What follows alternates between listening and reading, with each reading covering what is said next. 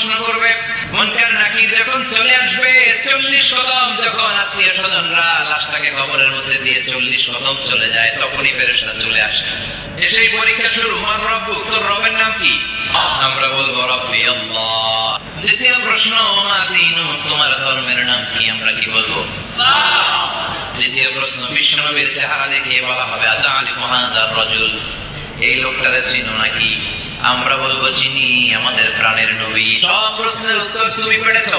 ফায়ুফসাহু লাহু কবরুহু 70 দিরান, আপনার কবরটারে 70 হাত লম্বা করে দেয়া হবে। ওয়ায়ুফতাহু লাহু বাবুন ইলাল জান্নাহ, আপনার কবর থেকে জান্নাতের দিকে দরজা খুলে দেয়া হবে। ওয়ায়ুলবাসু মিন লিবাসি আহলিল জান্নাহ, জান্নাতের দুইটা রেশমি কাপড়ের পোশাক এনে আপনারে পরিয়ে দেয়া হবে। আর বলা হবে নাম কানাউমিল আরুস, ঘুমাও, তোমাকে লম্বা সময় পাঠিয়ে দিতে হবে, ঘুমাও। কানাউমিল আরুস, যেমনি